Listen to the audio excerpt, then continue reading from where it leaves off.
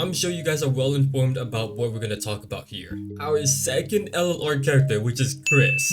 Look at this artwork. She got like two different types of unicorn, and it looks like that she's coming from like another dimension. Which I guess it makes sense with the whole thing around LLR Icemelda, because there was like an event based around her, and I'm pretty sure like there was like another timeline with her. So that could be like the same lore thing with Chris. I'm not really sure if there's gonna be like any kind of lore behind her, because we only got like one story for Icemelda, and that was it. Now I've done my utmost best to avoid any kind of gameplay and like any other info, so that I can see for myself first what she can do. So I'm excited to finally see what she's all about. The anticipation has been like killing me for a while now. LLR Chris, otherwise known as Bright Summoner as her official name, she's a magic character that's part of the Glory Princess mythical faction who can be holy or mage class. What? Wait, is this really her talent? No shot. Yeah, so by the looks of this, she is definitely 100% a support character. But, come on man, that's actually sad. She's a LLR unit, so you would expect that she would have more than what we're seeing right here. It's unbelievable. One of her unique skills lets her summon a unicorn and inherits her equipment and copies 90% of her stats. Then the skill gets replaced with Recall, where you can teleport yourself or the unicorn to the opponent's side, but I'm pretty sure that's translated to like each other maybe. But I would say this marks as one of the more useful summons that we ever got in this game. And apparently that she got two of the same skill. I'm not sure what that's all about. Her second skill buffs up Glory Team. Whoa, another faction buffer for the Glory Team? Say less. And has a special buff that lets you do more damage if you have 5 or more buffs. Her 3C has a passive with a unicorn summon. It buffs Glory Team with 50% more damage. When actively attacking in battle, the ally with the lowest health recovers the HP after battle based on Chris for 4 turns. That's actually a lot better. Using the skill buffs her unicorn, clearing its skill cooldown, then the skill changes for 3 turns. Okay, so yeah, I went to go check on Banished News, because I felt like there was like a lot more info on this one, and it actually is. So her holy class, empower a radiant unicorn. If the unicorn does not exist, it will be summoned first, so that it gains 2 buffs. At the end of action, heals the ally with the lowest HP within 3 blocks, it dispels 1 debuff and applies 1 strong buff, and restores cooldown of all their skills. After using this, it gets replaced with the 3C of SR Chris for 3 turns. Oh, so that was the thing that we looked at before. Okay. So in her mage class, it turns into Holy Thunder Unicorn. It has a single target skill. If the target is on the same line, it ignores guard. If the enemy is not killed, she can act again and restores all of its HP. Then it changes to SR Chris 3C. I really do like how they're playing around with this whole class type mechanic, which is very similar to Roland. So you can have her in a holy class, which plays around her being this more of a support role, and a mage class as an offensive role. Both of her unique skills is kinda strange, as it looks like it's already all tied into her 3C. I'm not sure what that's all about. She does have other skills like a heal and attack skills that also do some extra healing, but I do wish that she had some skills that her SR version had, like mass attack, even though she has a faction buff. Like, I don't know how I really feel, to be honest. Because it seems like they made her so focused on being this like strong healer type without offering any more besides being a faction buffer, which is the only thing that makes it really worth using her for, it looks like. She can also be this like pseudo attacker, which I can see work in regular content, but in PvP, she doesn't have the extra range, so it makes her really hard to like compete in that aspect. Yeah, I don't know. Maybe I need to watch some gameplay, which I'll definitely do after this. But for right now, my first impressions of her is pretty underwhelming. And come on, they could have tried harder with their talent. And I'm pretty sure her SR version had a lot more than this too. We have an exclusive armor for Nemia. Looks like her water towel gets an extra range.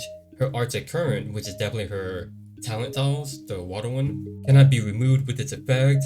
When other allies within 2 blocks removes those towel, they also get riding the waves. When moving through allies' Arctic Current, you get 2 blocks to get a chance to avoid movement reduction for 1 turn. Oh, so this is nearly similar to Adon Kelmo buff, technically speaking, in that way, but a little bit worse, since it looks like that they need to be near Nemia for that mobility buff. For the casting skills, we first got Lucretia, where her morph shift can be used on other allies, which opens a lot of opportunities for some really insane plays. So yeah, a really good buff if you think about it. Second is Lostam. Before entering battle with this Thxs, it looks like, if he's on a defensive terrain or a desert, then ignores guard. I remember using this guy, and I threw a lot of my matches because for some reason I always thought his Thxs ignored guard. Like it makes sense it would, but it didn't. But it's just a reading issue on my part. 100% my fault back then. Third is for Luna. When she has the special effect of Super Enhancement, which is the faction buff, her damage increases and has -2 cooldown when using a skill to deal damage. Pretty nice. Despite having a really high attack value, it always seems like her damage was really lacking. Fourth and final one is for Parn. At the end of action, if you move 3 more blocks, he gets advanced. That increases his attack, skill, mobility for 2 turns. That stacks 3 times. If I remember this correctly, I'm pretty sure his whole gameplay does revolve around moving a bunch of blocks for his buffs, so I guess this casting makes sense. There will be 4 new equips in this update, starting with the weapon. When using an ability on an enemy, there's a 100% chance the enemy will suffer a random weakening debuff. The ability word will most likely translate to using a skill. I don't think anyone will be using this unless maybe you don't have the miracle staff. Armor, when actively attacking, damage taken is reduced for every 1 block moved before battle, which I guess could be a main alternative for the flyer class specifically, but I would still prefer having the Ursa Legend over this.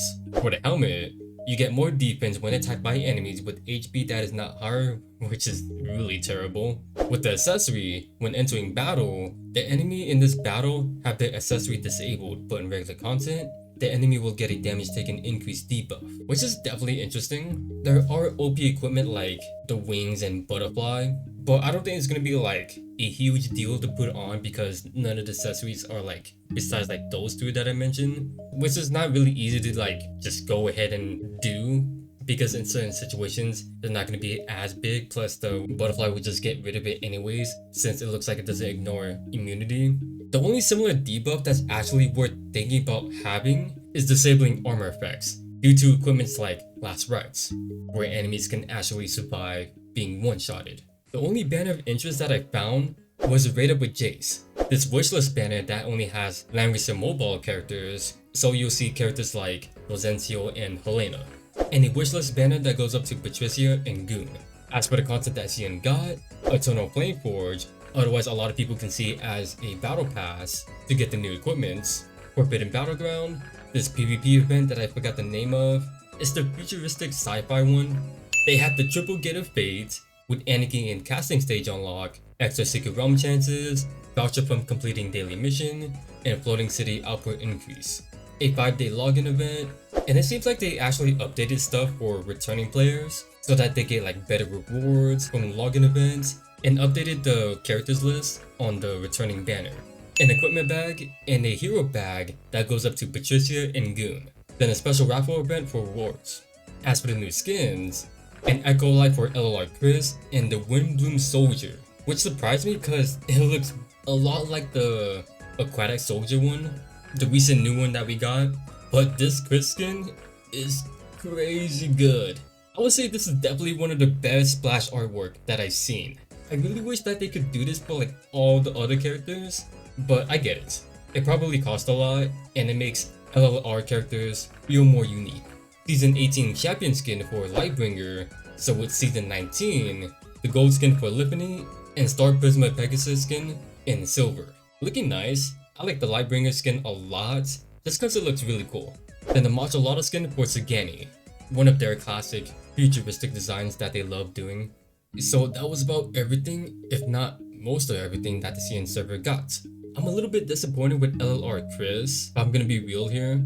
But it seems like it's one of those situations where you don't judge a book by its cover and you have to actually watch the gameplay yourself to truly understand it.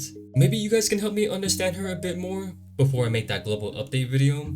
It's where I always discuss like the characters in greater detail and have much more knowledge about them. It's just that whenever I make these type of videos, it's usually my first impressions on them and some of the other stuff too.